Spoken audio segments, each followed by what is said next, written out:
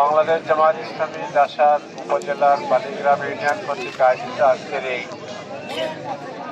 ইফতার পর্ব আলোচনা সভার সম্মানিত সভাপতি উপস্থিত আছেন মাদারীপুর জেলার সদর উপজেলার সম্মানিত আমির সহ জাসার উপজেলার বিভিন্ন ইউনিয়ন উপজেলা বিভিন্ন স্থানের নেতৃবৃন্দ, শ্রদ্ধাভাজন ব্যক্তিবর্গ, প্রাণপ্রিয় রোজাদার ভাই ও বোনেরা, আসসালামু আলাইকুম রহমতুল্লাহ।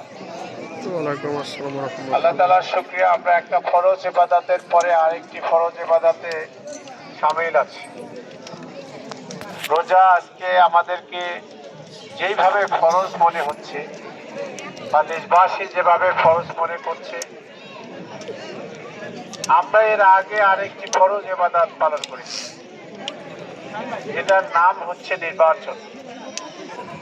দুনিয়ার মানুষ এটা নির্বাচন, ভোট, এগুলো মনে করলো ইসলামী শরিয়া, ইসলামী আইন, ইসলামী বিধিবিধান।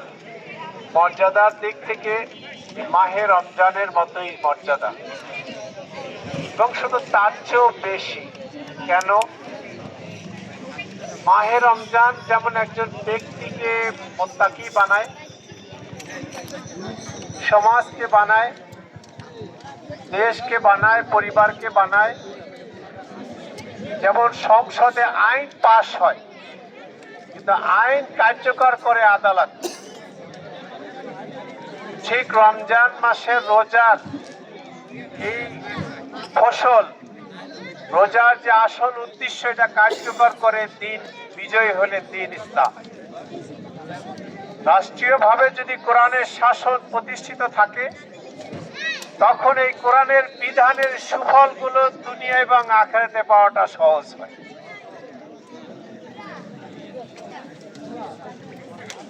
আজকে মাহে রমজানের রোজা দিয়ে দেখাই, এই রমজান মাসে রোজা রাখছি, রোজার অনেক ফায়দা এটা জানি। যারা রোজা রাখি তারাও জানি না, যারা রোজা রাখি না তারাও জানি, আর যারা রাখি না তারাও জানি। জানি কিনা? জানি। মানে না, কিছু লোক মানে আর কিছু লোক মানে না। এই যারা মানে এবং মানে না, উভয়ের জন্য একটা পরিবেশ নিশ্চিত করতে পারত আল আকিমুদ্দিন ওয়ালা তাতাফারুক। আজকে যদি রাষ্ট্রীয়ভাবে ইসলামের বিধান কার্যকর থাকত, আর এই বিধান যারা কার্যকর করবেন তারাই হচ্ছেন পার্লামেন্টের এমপি, যারা আইন পাশ করবেন আর এই আইনটা কার্যকর করবে সরকারের অধীনস্থ আইন বিভাগ, আদালত এবং এই সরকারের যে আইন কার্যকর করার জন্য যতগুলো সংস্থা আছে সেগুলো। আপনার বাস্তব চিত্রটা আজকে দেখেন, যেই সমস্ত আসনগুলোতে ন্যায় এবং ইনসাফ প্রতিষ্ঠাকারী ব্যক্তিরা নির্বাচিত হয়েছেন, তারা আজকে ওই এলাকার মানুষদের সেবা, তাদের হক, তাদের হয়রানি বন্ধ করা, এই সকল কর্মতৎপরতায় তারা সক্রিয় ভূমিকা পালন